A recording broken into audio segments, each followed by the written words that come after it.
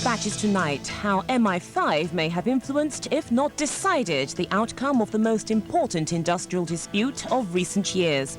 Today, the British intelligence services have come out of the shadows. They claim to be democratically accountable. But does recent history bear this out? Tonight, Dispatch's reporter Callum Macrae examines the evidence that throughout the year-long miners' strike, MI5 had placed a mole right at the heart of the miners' union. If so, what does that say for our democracy? If so, just who might have been that spy in the camp?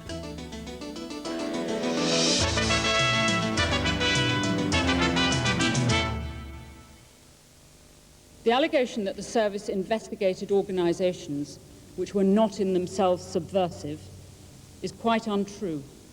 When Stella Rimington, MI5's new boss, made that claim last June, it was portrayed as final proof of a new openness and accountability in Britain's security services.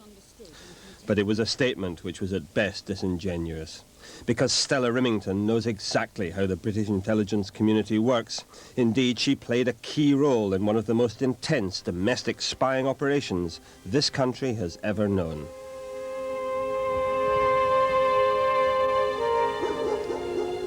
It was an operation which saw surveillance tip over into sabotage and whose results were felt not by the enemies of the state, but in the streets and villages of Britain's mining communities.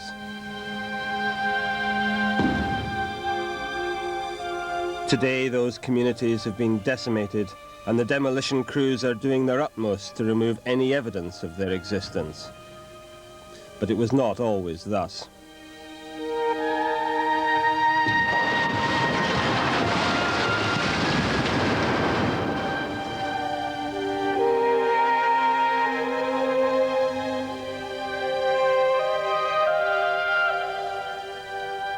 Ten years ago, Grimethorpe lay at the heart of the British coal mining industry. In those days, Britain was still coal-powered, and thus the men who produced that coal wielded enormous economic power. That power terrified the government and its leader, Margaret Thatcher, to the extent that she became obsessed with what she saw as the threat from the enemy within. Her revenge, as this devastated landscape is testimony, was to be complete.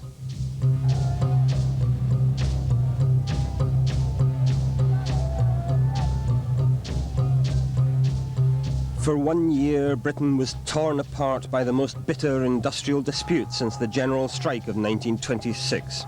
A long and painful war of attrition in which over 11,000 people were arrested, 7,000 injured, and 11 died. Images of miners in running battles with the police and entire communities turning to soup kitchens to stay alive became the stuff of the news and split the entire nation. Because the stakes were so high for the government, and for Margaret Thatcher in particular as an individual, there's absolutely no question that they were prepared to use completely unprecedented mobilization of all state resources and all tools at their disposal. And of course, to the use of the security services and the intelligence services in general in a way that has not been seen before or since against a domestic target. Dispatches has investigated MI5's battle against the enemy within.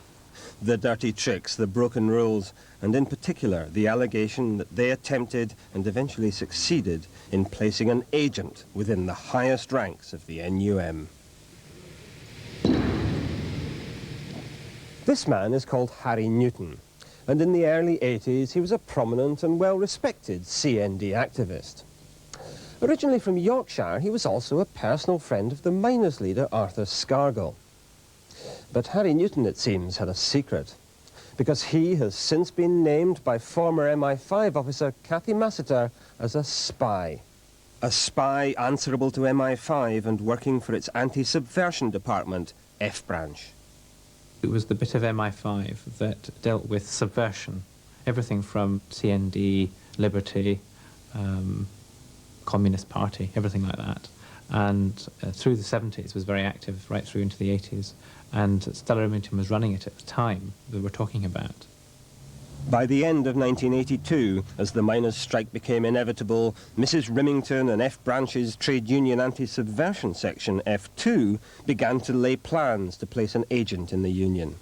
The NUM were recruiting staff for their Sheffield headquarters, and the left-wing Yorkshireman Harry Newton looked ideal. But it was not to be. Newton was dogged by ill health, and he died a few months later. However, in September 1983 came a clue that MI5 may after all have succeeded when this man, Michael Bettany, was arrested and later jailed for 23 years for passing secrets to the Russians. Michael Bettany was a serving MI5 officer at the time of his arrest, and he had access to information about MI5 activities in surveillance of British citizens, what they might have considered to be subversive elements, but people who were generally doing perfectly lawful activities in the UK. When Burton, whose firm also did work for the NUM, visited Bettany in prison to prepare his defence, they would often communicate by note because they suspected the interview room was bugged. We concentrated quite a lot on the activities of the security services against legitimate British organizations like trade unions. He told me, in relation to the NUM specifically, that MI5 had placed an agent in their head office, and that if I could, I should warn them about that.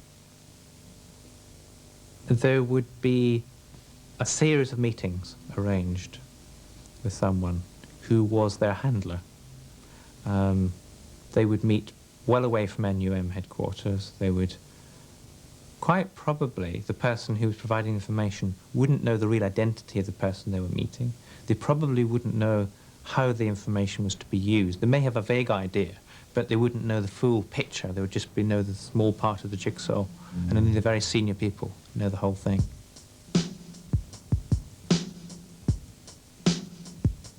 For the NUM, it was the first real warning about just how far the security services might be willing to go. The British Secret Services already had an intense domestic communications bugging programme in place, codenamed Operation Tinkerbell. But as the strike began, government listening stations, including GCHQ Cheltenham, were also ordered to focus their attention on the NUM.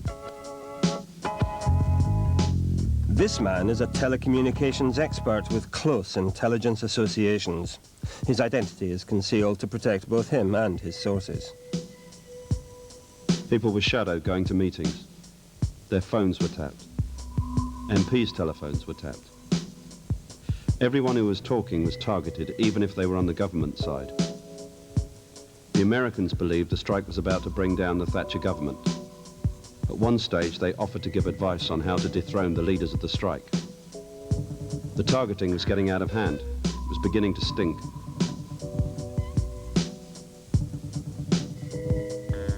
By the time the strike was underway, hardly a word could pass the lips of the miners' leaders without being recorded by the silent listeners of GCHQ. This fish restaurant near the NUM's London headquarters was a favourite eating place for NUM officials. But what neither they nor even its owners knew was that it was bugged, according to former MI5 sources. This hotel was regularly used by the Scottish NUM leader Mick Macrae when he visited London. It too, unknown to its owners, was bugged, say the sources.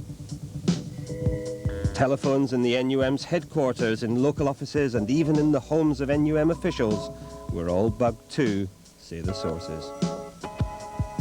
And so the dispute continued, under the baleful gaze of MI5, quite literally. By an ironic coincidence, MI5's original headquarters in London, from where those anti-NUM operations were planned, stands directly opposite the NUM's then London headquarters. It was an arrangement MI5 obviously found convenient, because when the NUM moved its headquarters to Sheffield, MI5 moved with them. We were obviously concerned about security, and so we had the building swept. We were advised by our own people that we were the subject of telephone tapping at the exchange, that our building was under constant surveillance. And sometime after the strike, we were told that this building on the right was actually leased to the security forces through the entire 12 months dispute.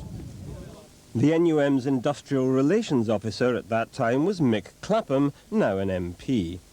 There is the feeling that that we had been infiltrated. There were some peculiar goings-on. We know, for example, that if we were using the telephones emanating from a discussion within the NUM about a particular meeting, in some circumstances the police would in fact be there before the lads had got to the point that an arrangement had been made to meet. In Scotland, the reports attracted the attention of West Lothian MP Tam Dalyell. I remember strikingly being told by a senior police officer, a completely trustworthy man, that he greatly resented the interference of Stella Remington. And that's what sent me to make various other inquiries, all of which amounted to the fact that the security services were up to the neck in the strike.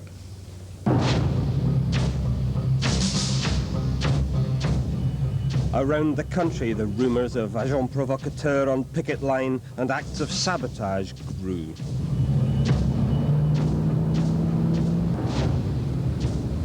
But then Scargill and the NUM leadership received another warning about a spy within.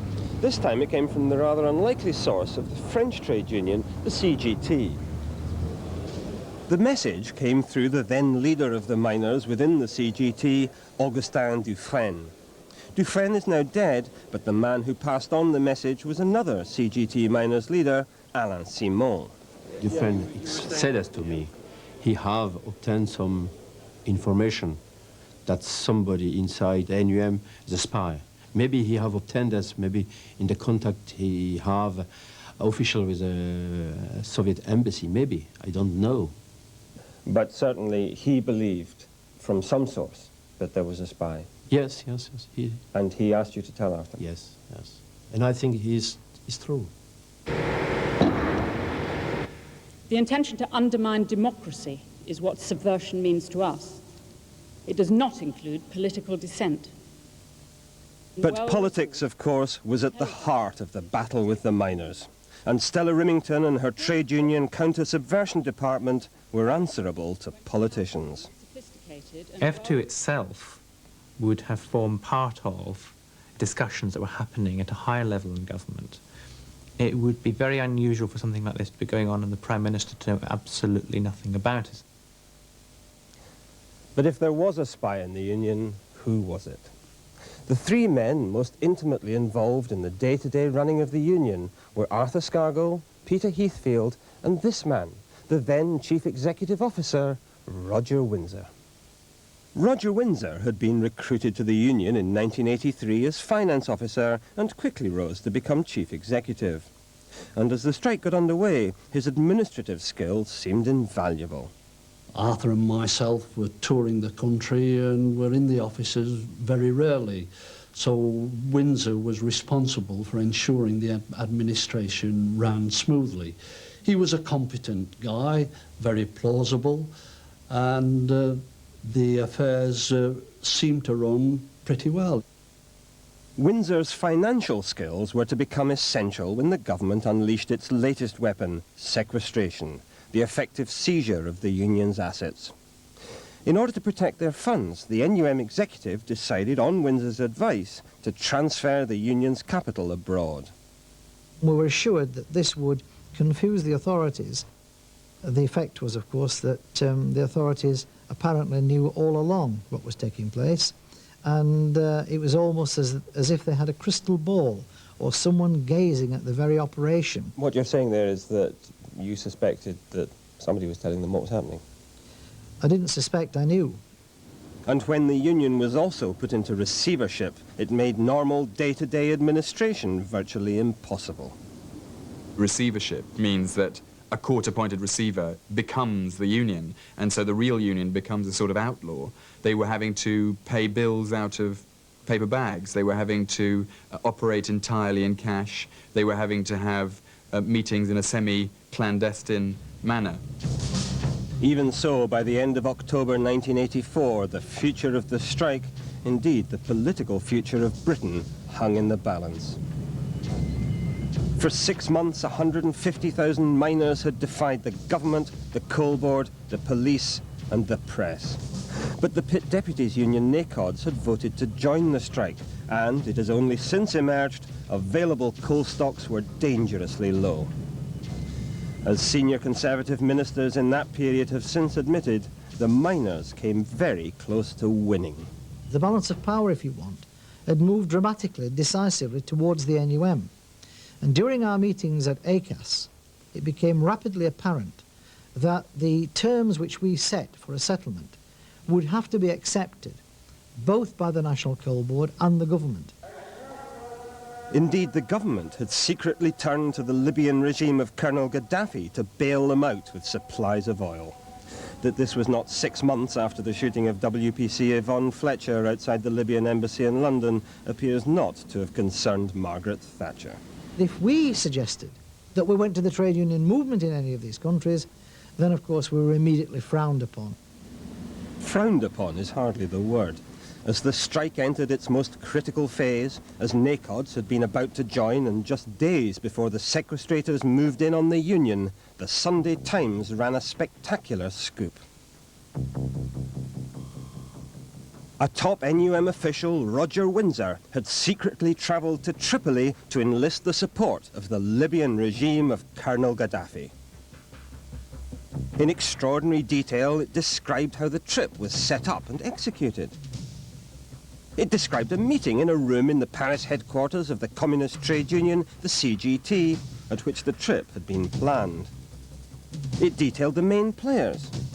They included the go-between, a mysterious British-based businessman called Altaf Abbasi, and a highly placed Libyan, Salim Ibrahim, who travels the world as personal envoy for Colonel Gaddafi.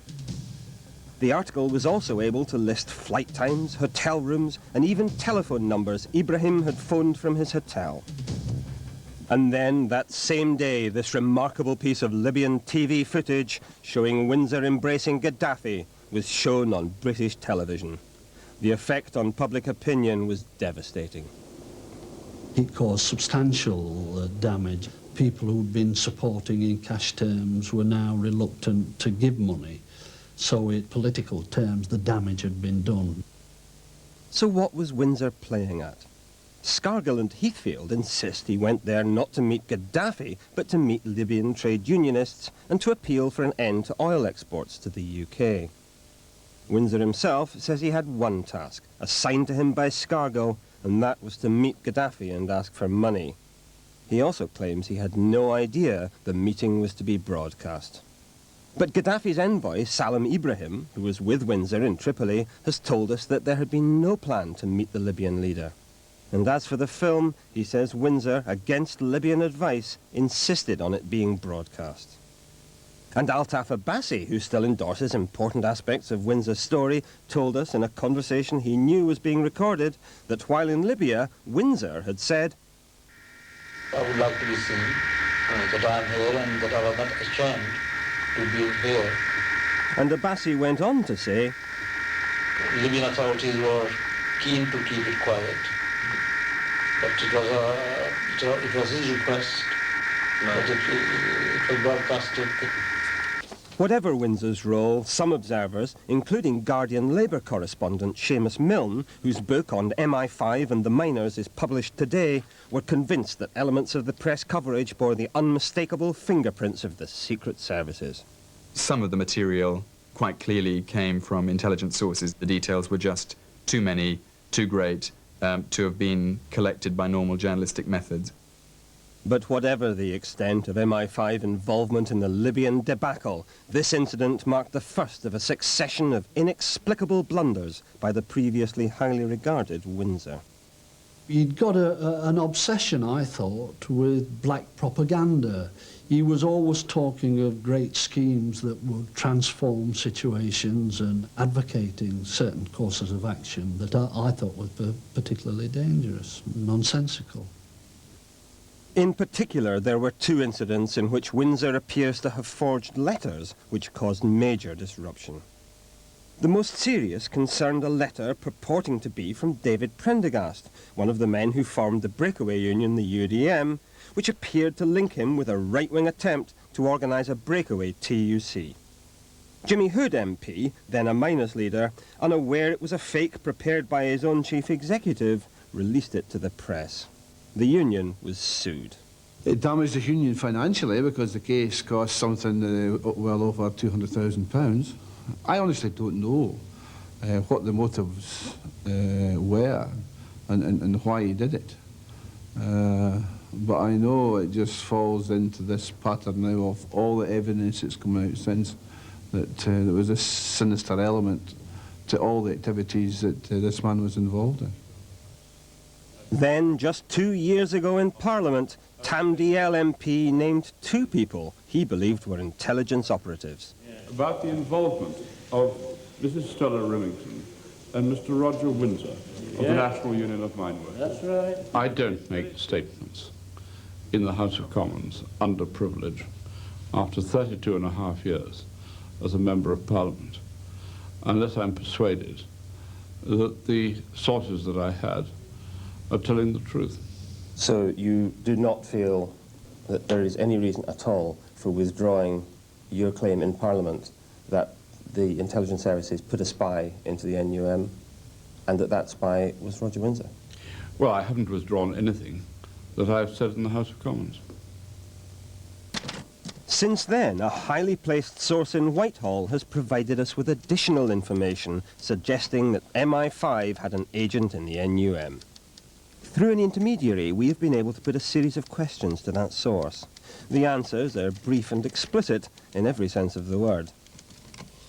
At what point did the agent become involved with Stella Remington? Before he joined the NUM or later?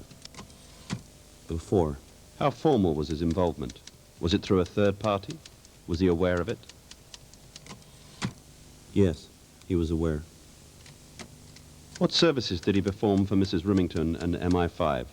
What did MI5 seek to achieve by using him? To fuck up the NUM. Last year, Roger Windsor asked the Prime Minister, John Major, to repudiate allegations he had been a spy.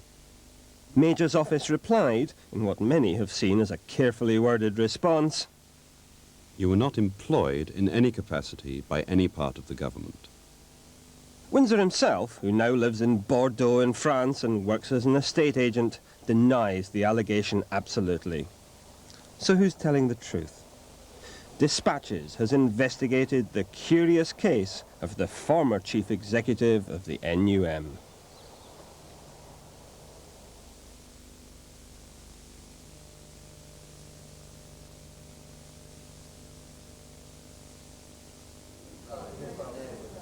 Roger Windsor, the man who was chief executive of the National Union of Miners throughout its most tumultuous year, finally left the union in 1989. In a farewell letter to President Arthur Scargill, he wrote that it had been a tremendous privilege to have served Scargill and the General Secretary Peter Heathfield, and to have provided a service to the valiant members of the union through one of its most historic periods. By any standards, this letter was an act of extraordinary cynicism, because within a few weeks, Roger Windsor had gone to the Daily Mirror with a spectacular tale of wrongdoing and corruption by Arthur Scargill and Peter Heathfield.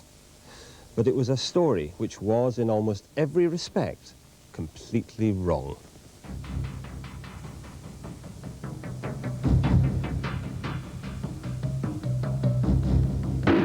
Scargill opened the suitcase and proceeded to count out into 4 piles. The story, which was retold in dramatic style on Central Television's Cook Report, was that Scargill had used £25,000 of Libyan money intended for striking miners to pay off his own mortgage. He had also given Heathfield £17,000 to pay off a home loan and Windsor £29,500 to pay off his bridging loan. The man who published that story, for which Windsor was paid £80,000, was the then recently appointed editor of the Daily Mirror, Roy Greenslade. When I joined, there were 3 people working on the story. Terry Pattinson, the industrial man who got the contacts and who'd initially broken the story, and 2 experienced investigative journalists, Frank Thorne and Ted Oliver. They were much more sceptical of the sources, particularly Windsor, very, very sceptical of Windsor. And so they were the ones who raised the first alarm that he might not, indeed, be quite the man that Pattinson suggested he was. In other words, he wouldn't answer all their questions. Windsor's reluctance to answer questions was hardly surprising, because this story was nonsense, as several independent and official investigations have since established. Scargill had no mortgage. He'd paid it off months earlier. Heathfield didn't even own his home. It was rented from the union. There was indeed an occasion when large sums of money had been counted out, but that was, according to an investigation by Gavin Lightman QC, who is now a judge, a paper refinancing operation, which involved no financial gain for Scargill and Heathfield and was designed purely to protect the officials' homes from the sequestrator.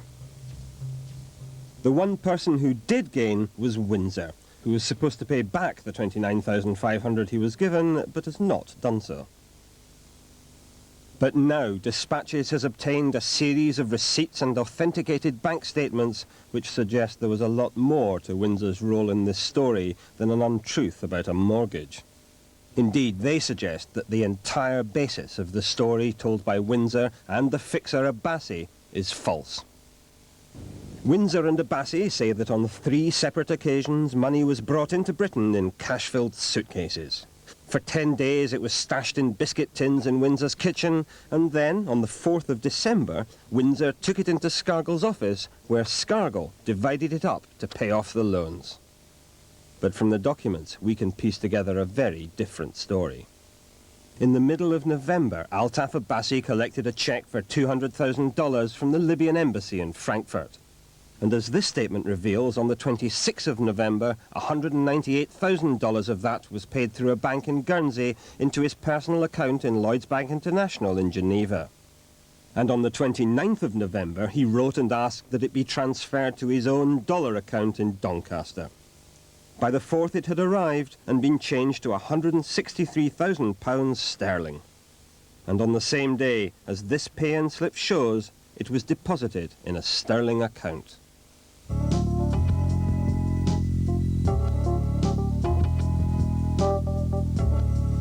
With these documents, we can finally track the route that the Libyan money took to Britain.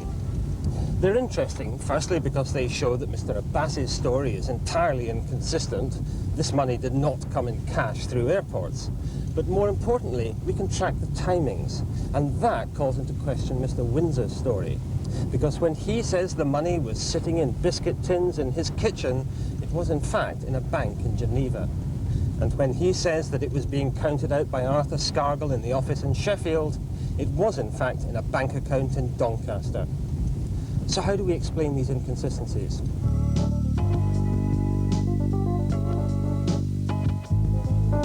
Mr. Windsor now lives here in Bordeaux in southwest France, so we've come here to show him the documents and to ask him. The first, a handwritten note to Altaf Abbasi, apparently signed by Windsor, seems to completely undermine his claims about the route and timing of the Libyan cash deliveries.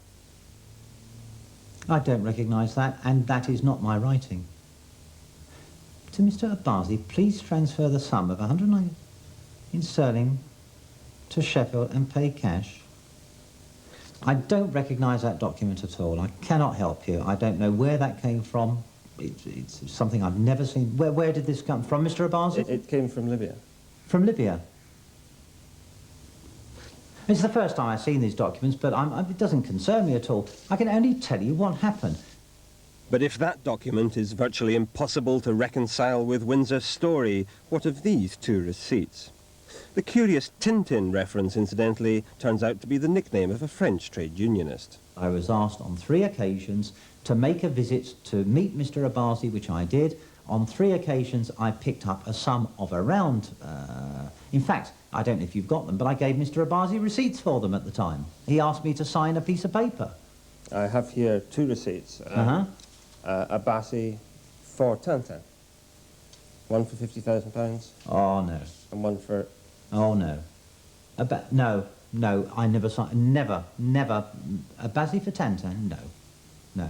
I signed a piece of paper For Mr. Abbasi, on each occasion, 3 occasions, he said, I must have a receipt, and I did that. I don't know who's setting whom up here. I can only tell you the truth of the situation. I'm going to repeat it and repeat it, because that is the situation. Those receipts have no date, but we can work out that they must have been written on or after the 4th of December. Firstly, because before then the money was in dollars, and secondly, because the amount in sterling is consistent with the exchange rate in operation at the time. They are also for almost exactly the same amount as the sum on the deposit slip showing the money being put in the sterling account on December the 4th. In other words, the contents of these documents are completely inconsistent with the transactions described by Windsor. That is your signature? It's a I've said to you earlier, I mean, I start to doubt what's my signature and what's not my signature. But you are saying this could be genuine? It could be genuine, it could not. It certainly looks like my writing, but it doesn't worry me with, at this particular stage, whether it's genuine or not. So, despite being presented with the evidence showing that at the relevant time the Libyan money was in transit between Frankfurt, Geneva and Doncaster, Roger Windsor stands by his tale of money drops, biscuit tins and a carve-up on the table in Scargill's office on December the 4th. Indeed, he has a letter signed by the NUM finance officer which he says supports that claim. On that day, I took the money out of the biscuit tins, put it into briefcases and took it into the office and handed the money over to Mr. Scargill. What time was this? Goodness me, 10 years ago. It was in the morning around 10 o'clock to the best of my knowledge, but don't hold me to that. I mean, you know, it was certainly in the morning. Except that morning, Scargill was not in the office. He was, in fact, in Goldthorpe, addressing this rally. For mealy-mouthed resolution? So what on earth is going on here?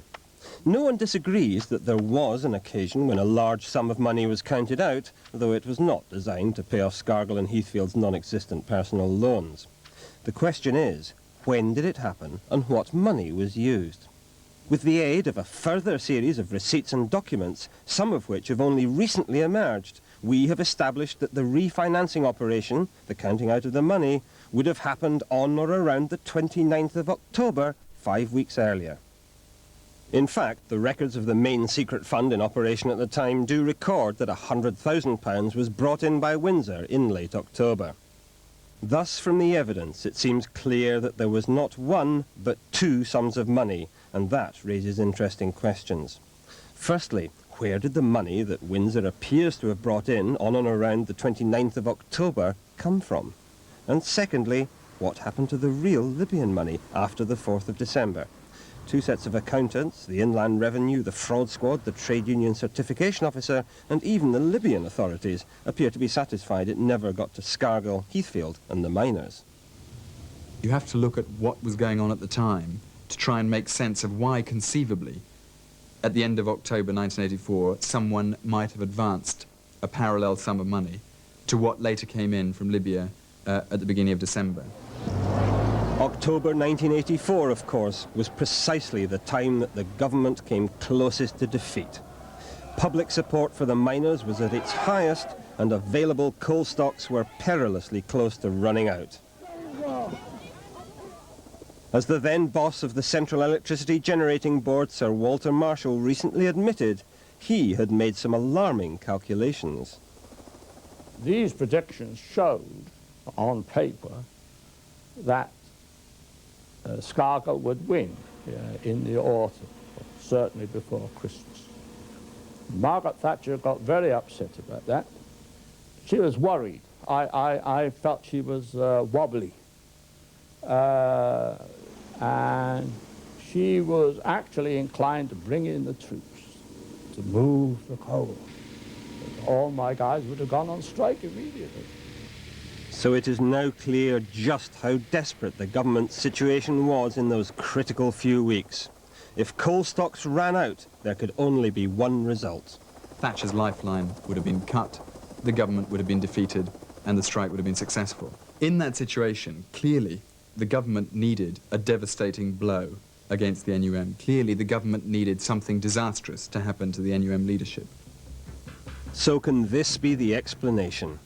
Is it the case that behind Windsor's amazing tale lies an elaborate plot by the security services to demolish the credibility of Heathfield and Scargill by implicating them in a scandal of personal corruption? A scandal which could be unleashed the moment the miners came close to winning. That certainly is what the evidence seems to suggest. And if it was so, then the story that Scargill, Heathfield and Windsor had paid off personal debts with Libyan money was a masterpiece. Except, of course, for one logistical problem. All this was happening in late October, early November 1984. If the miners were going to defeat the government, it would be within the next few weeks, and the Libyan money, so essential to the scandal, had not yet arrived. And that would leave only one solution. Somehow, perhaps with the aid of an MI5 agent within the NUM, they would have to advance the equivalent of the Libyan money and recover it later when the actual Libyan money arrived. But the tide had turned against the miners, and the sting, if that's what it was not needed during the strike. So the Libyan gold time bomb stayed in place for another 5 years.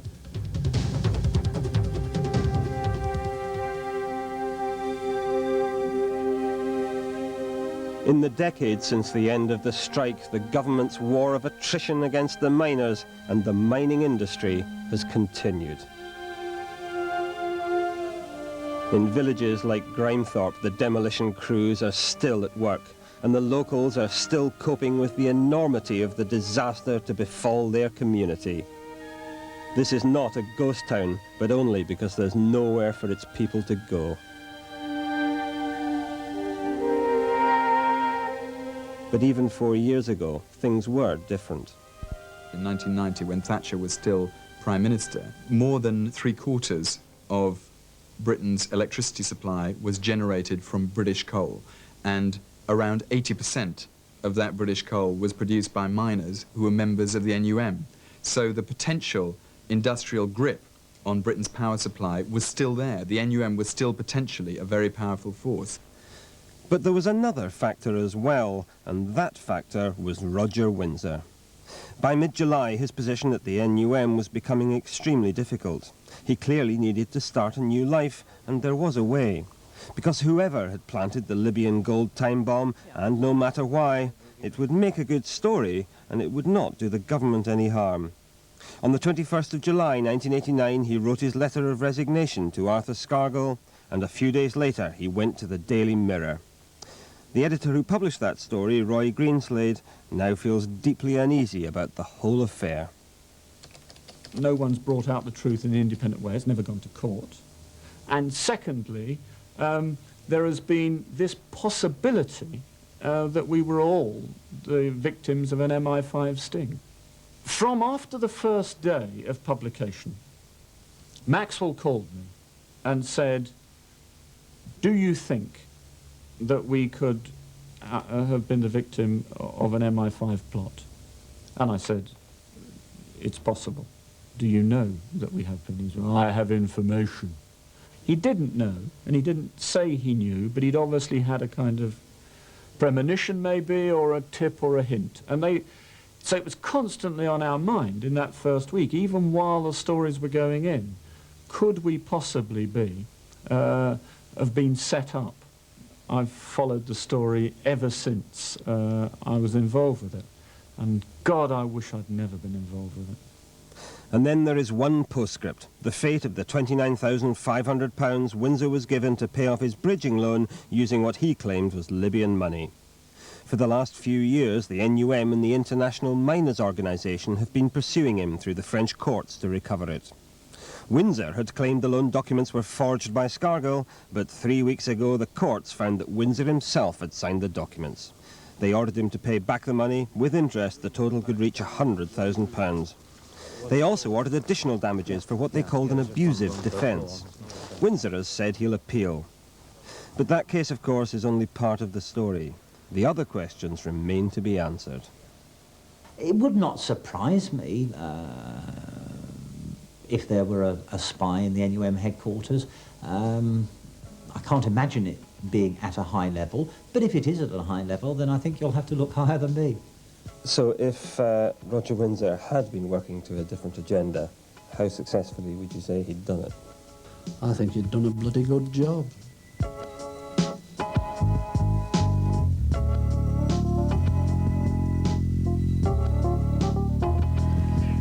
Next week, Dispatches asks whether a widely used pesticide called lindane could be increasing the risk of breast cancer in women. That's at 9 o'clock.